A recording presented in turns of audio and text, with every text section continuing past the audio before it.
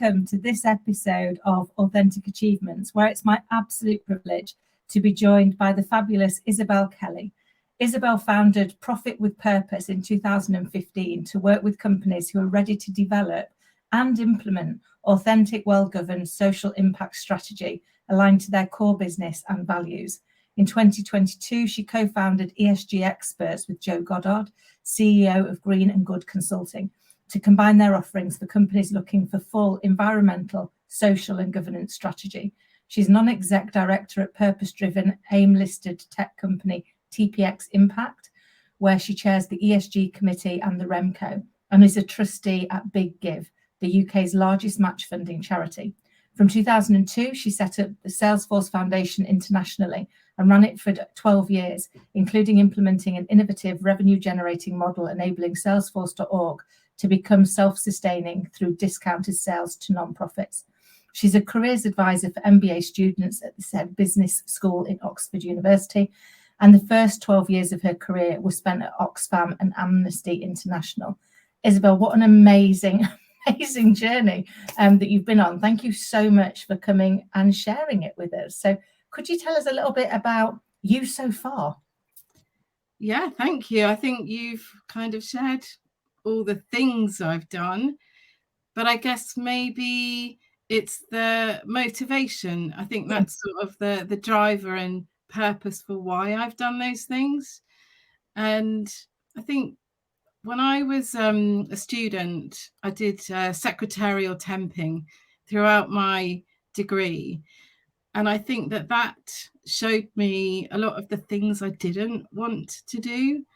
And I don't know if you remember, but that when you first go and do your first job ever, it's exhausting.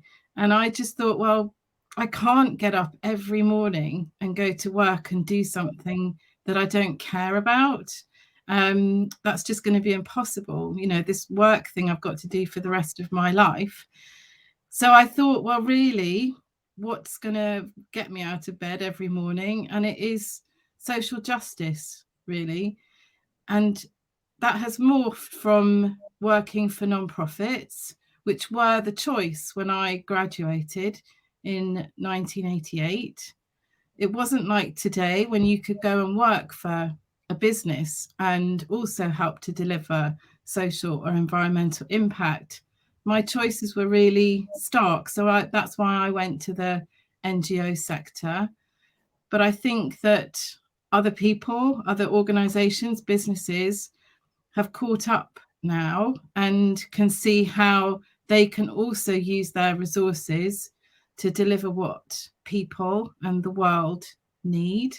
And that is my driver and motivation really now, is to help businesses use their resources to improve the state of the world. Oh, I love that. And you're right, you know, we've got to do something that is driven by a purpose, because it gives us the motivation, doesn't it, to get out of bed on the really, really dark days where you're like, actually, there's a reason for doing this. And what I love is that you've been able to take your career into corporate life and really bring to life that social impact, that making sure that we're using what's available to us, particularly in the privileged world of many corporates, to actually make a difference, to give back and to leave things better than they found them. But it can't have been an easy transition, because as you say, it wasn't really available years ago. And I think today, although people are interested in it, I'm not sure they fully understand what it is. Would that be fair? I think increasingly people are catching up and realizing what, you know, social impact or ESG is in the corporate world, but it does still remain the domain of companies that have either got there because they've got a visionary CEO, or there's an adjacency with their business, or they've been forced because of reputational issues or global world issues. You know, sort of like the banking industry, the fashion and apparel industry, the finance industry have been pushed, really, oil and gas industry. They've been pushed to address the issues which are in their industry, in their supply chain. and have come out ahead actually of a lot of companies that perhaps have had less critical reason to push ahead on thinking about how they can use their wealth of resources to address social issues.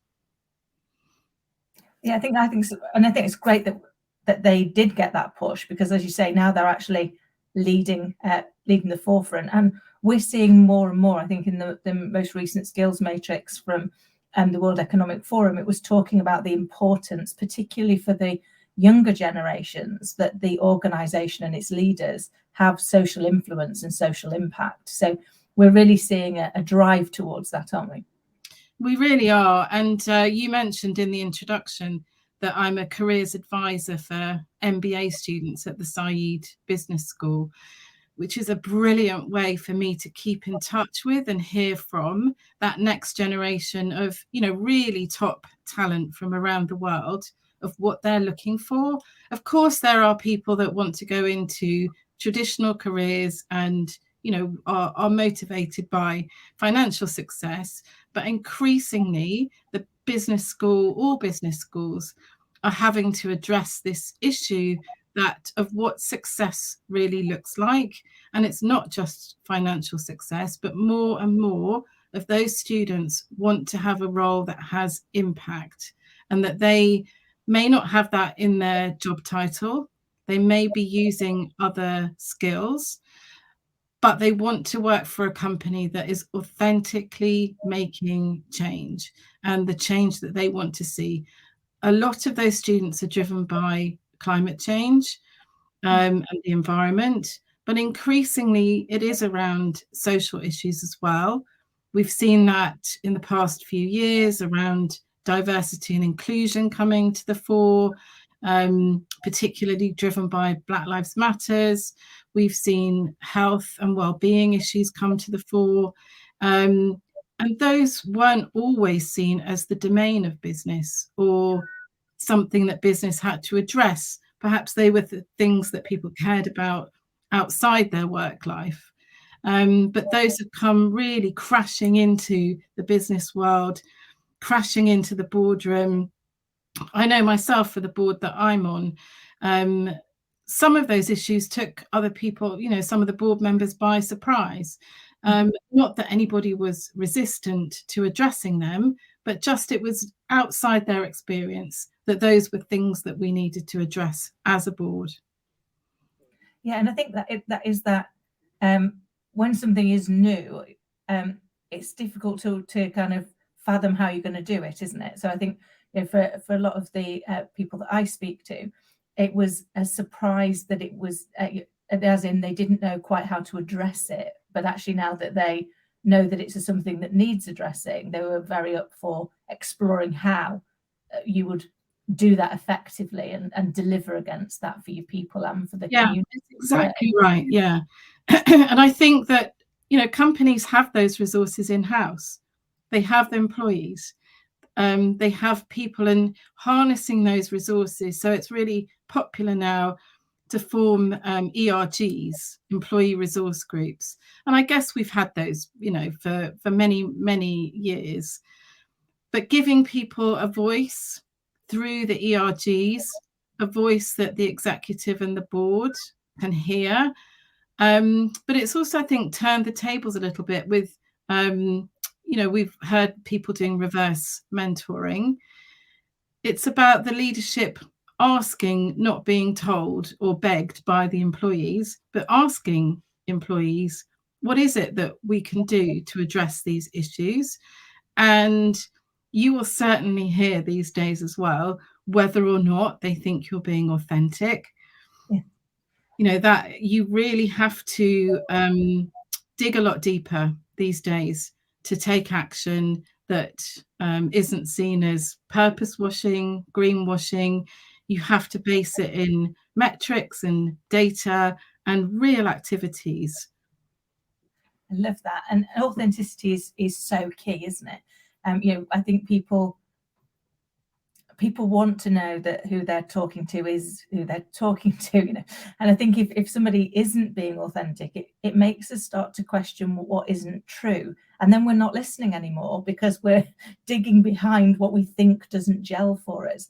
But I think that's been quite another change for people, hasn't it? Stepping into being authentically who you are comes with a level of vulnerability, and vulnerability traditionally was something that you were told not to do in leadership. Yeah, that's really true.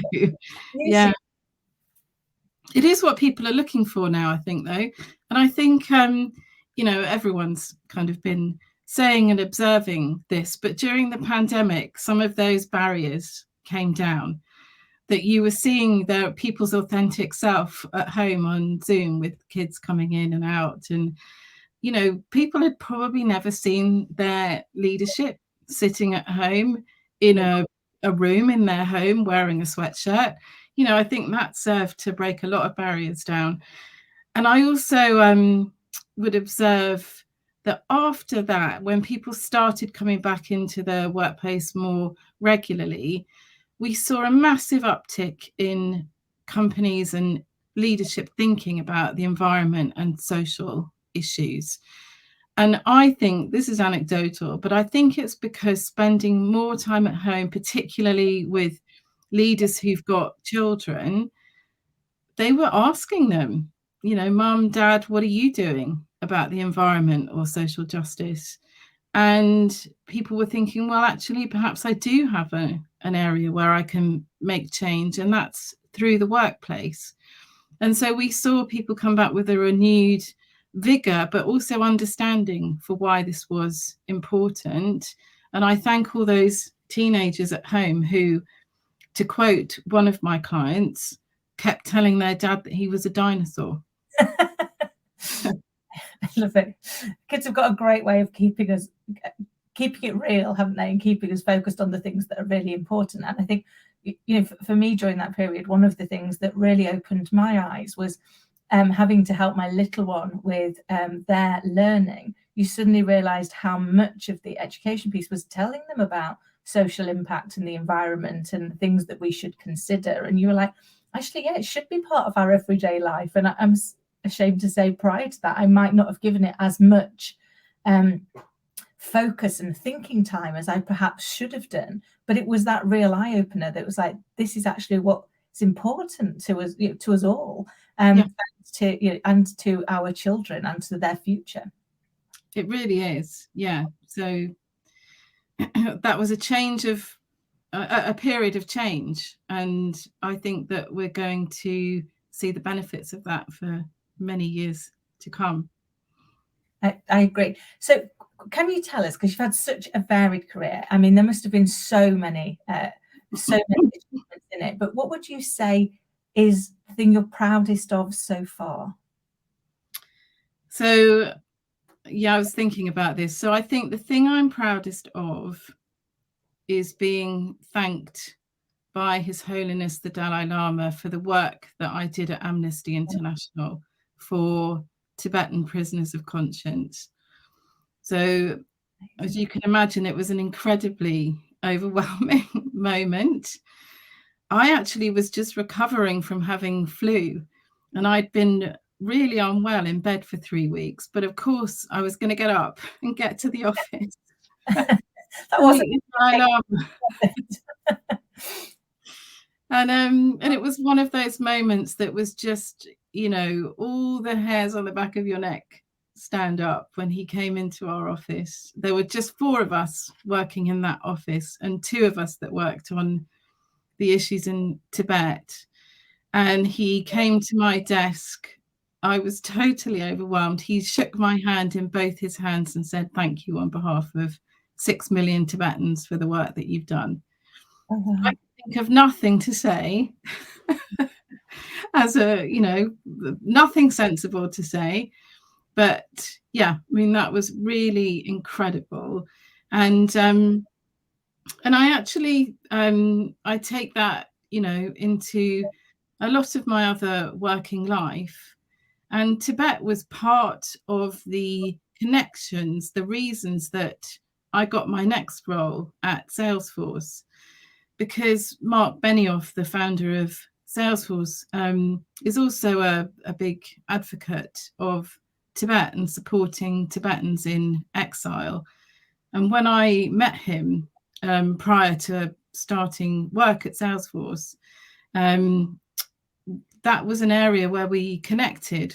And, you know, part of his own thinking about why Salesforce had an embedded model of philanthropy from the very outset was his own travels and thinking about how business could serve society. So, you know, an unusual connection between an NGO person and somebody starting a software business that's now a $160 billion market cap business. But you find connections and humanity in people from all kinds of different places. I love that.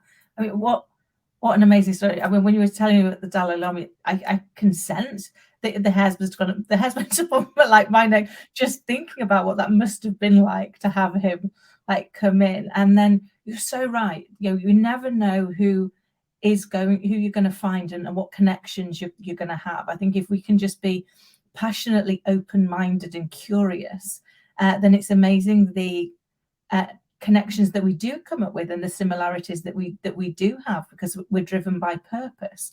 And you're a great example of that with Mark Benny from Salesforce in that combined passion around helping Tibet, and then that move from not-for-profit to a major corporate role and bringing that to life. That must have also given you plenty of opportunities to think about what were the greatest lessons that you've learned. Yeah, it really did. So actually, this was Salesforce 2001. So it had only just started. I was the fourth employee in the UK, and who knew that Salesforce was going to go on to become what it has become? But I think one of my lessons, and I learned that from Mark and from those sort of that early interaction, was that he saw something in me that I definitely didn't see in myself. That I ended up both running the international part of the philanthropy for Salesforce, but we had this model, as you mentioned in the introduction, where we ended up creating our own money to give away through sales to nonprofits. So the model is and was that we gave 10 licenses of Salesforce to any nonprofit or education organization. And beyond that, we sold at an 80% discount. If anyone had ever told me when I worked at Amnesty International that I'd be running a sales team for a Silicon Valley technology company, I wouldn't have believed them. But I think that, you know, he and my boss, Suzanne DeBianca, they saw something entrepreneurial in me that I hadn't been aware of that was there. And I had this amazing opportunity during those early days of Salesforce that we called the spaghetti throwing days. So it was to throw spaghetti at the wall and see what stuck, learn from your mistakes, move on quickly, and do the things that work well, but also to be really agile. And Mark Benioff is a great visionary for both, you know, ESG and technology, and not to be resistant when the plan changes. Kind of that was one of my greatest lessons as well, and just to, you know, to go with it and be agile. Oh, I love that. There's so many great parts in that. You know, I love that actually one of the things that I'm genuinely passionate about is the power of belief, and the fact that we can lend somebody our belief, you know, if they don't have it of themselves. And you've just demonstrated that so beautifully. They saw something in you that you didn't see in yourself, but you were able to borrow their belief and make it happen. And I think the other part is about being comfortable with the uncomfortable, because things do change. Change can be uncomfortable, but actually, if we just get comfortable with the fact we can get through it and focus on the bits that we can do, it's amazing what we can achieve, isn't it? It really is. So there's a book written by a woman called Pamela Hartigan, and it's called The Power of Unreasonable People. So she was director of the Skoll Centre at the Said Business School. She's no longer with us, unfortunately. But that whole book is about the people that other people thought were crazy. They thought they had a crazy idea. They thought they were really unreasonable in terms of what they wanted to achieve for society and how they wanted to achieve it. But of course, many of those people go on to make the greatest changes that are applauded and lauded later on. I'm not putting myself in that category, but it is just a really good example of, how to push through, even if others are saying that it's not the right way. I love that. And it reminded me vaguely of a quote, and I'm ashamed to say I can't think whose quote is it, which was, the people crazy enough to think that they can change the world are often the ones that can, because they're just willing to kind of keep pushing on, to keep going, to take a challenge as a challenge rather than an obstacle. And I think it's those mindset pieces, isn't it? If we can start to see the art of the possible instead of the art of the impossible, then we stand a chance. And I think what also has come through from your story is it's finding like-minded people that you can do that with, so that you've got that kind of like camaraderie and team spirit. Would you say that that's important for people to kind of find their tribe? I think, well, and it might not be your tribe. It might not be the people that you think it's going to be. When I joined Salesforce, I had some terrible idea of, what people that worked in a tech sales company were going to be like. They had an equally bad idea of what people that came from the NGO sector would be like. But actually, when you're co-delivering something that you both believe in, they become incredible allies. And some of the earliest allies that I had at Salesforce for delivering on the social outcomes that we were trying to make were the salespeople, who I never had thought would be my allies. Also finance. If you can get the finance director on your side, everything flows from that. So it doesn't have to be the people that you immediately associate with as your tribe. And in fact, there's huge benefit from learning how to bring people with you. And I think that, that served me well starting my own business, that I hope that I had treated, everyone that I came across with respect and kindness. And I massively saw that repaid when I started Profit with Purpose. And my former colleagues, were promoting my business and suggesting potential clients. I love that. And that's such a testament to how you've worked with them, and to your point that, you've treated people with kindness, with respect. And I think, at our base as human beings, we want to be listened to, we want to be understood, and we want to be respected. That doesn't mean that we can never disagree, but it's about disagreeing, not disrespecting, isn't it? And I think if you can deliver that, then people remember it, and they remain loyal to the connection that you've got, and likewise you do the same. I think they really do. And I'm friends with a lot of those people to this day, which I would have thought they were, as you say, my tribe. Yeah, I love that. But like you said, sometimes the tribe that you think it is, and I guess for me, that's why I always say find your tribe, because it's never, in my experience, it isn't who I expected it to be either. But once we found the things that were our passion, that were our purpose, and that were our values, then that's where those connections lasted and lasted and lasted, because we morally want to do the same things and have the same drive, even if kind of on paper you would have gone, I don't think we'll ever get on. I'm sure that's going to be ideal. And I think that's the thing about, corporate philanthropy, ESG. It's not what people go into the workplace really expecting that they'll be able to be involved in. I've never met anybody that didn't want to do something to benefit some community or part of the planet, but they'd not perhaps had opportunities to do that. So being able to do that in the workplace unleashed that for them. But also it's about realizing, as a member as an employee of a company, you perhaps have access to resources and skills and all sorts of things that people in less fortunate positions don't have.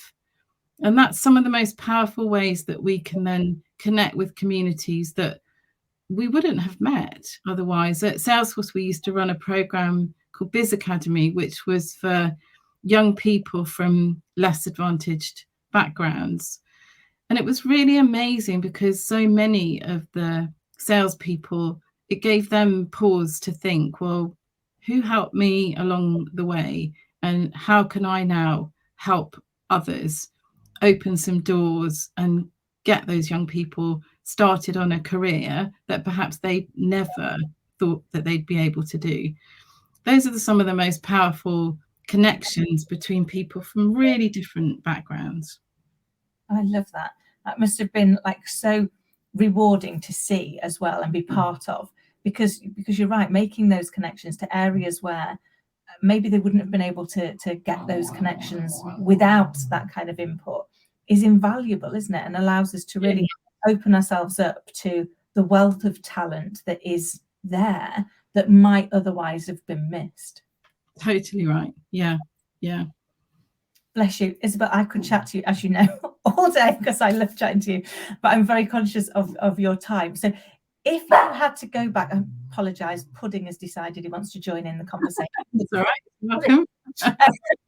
If you could go back and give your younger self a piece of advice, what would it be? Yeah, I was trying to think about this, and I think it would have just been, carry on. You're going to be all right. You don't have to change your desire to work on social justice in order to be, in inverted commas, successful. Because I think when I started, it was a lesser career to go and work for a non-profit. And that's proven not to be the case. And actually, one of my friends from university, he went off and worked in a bank, and he quickly earned money. He bought a flat and bought a car. I was living in a rented flat and riding a bicycle, working for a non-profit. But actually at Salesforce, he ended up working for me because he'd come that full circle, wanting to change from the focus on making money to making change. And I love that story because it typifies, I think, the change that's happened in our society about what success looks like and what it's predicated upon. I love that one. Amazing story. And I think you're right. But unfortunately, we often are living in a compare and despair society. So we compare ourselves to the seemingly perfect worlds of other people and despair at the messy reality of our own life. But when we think about what success is, it really has to be what success means for us, not what it means for everybody else. And I think once we get comfortable with that is we've got to find joy in it. It's got to be something that makes us proud, and that might be very different to what somebody else's version of success is, but that's their version of success. I think once we find that, it all becomes much easier, doesn't it? As we said at the beginning, it's what then gets you out of bed on a cold morning. That is so true. Isabel, it's been an absolute delight as always. So who would you like to get in touch to talk to you, and how can they do that? Oh, I wasn't expecting that question, but yeah, so any company leader that thinks that the resources of their company could be used to serve society or better serve the planet, or even non-profit leaders that are thinking that they'd like to get close to businesses to make connections and partnerships to co-deliver what they do.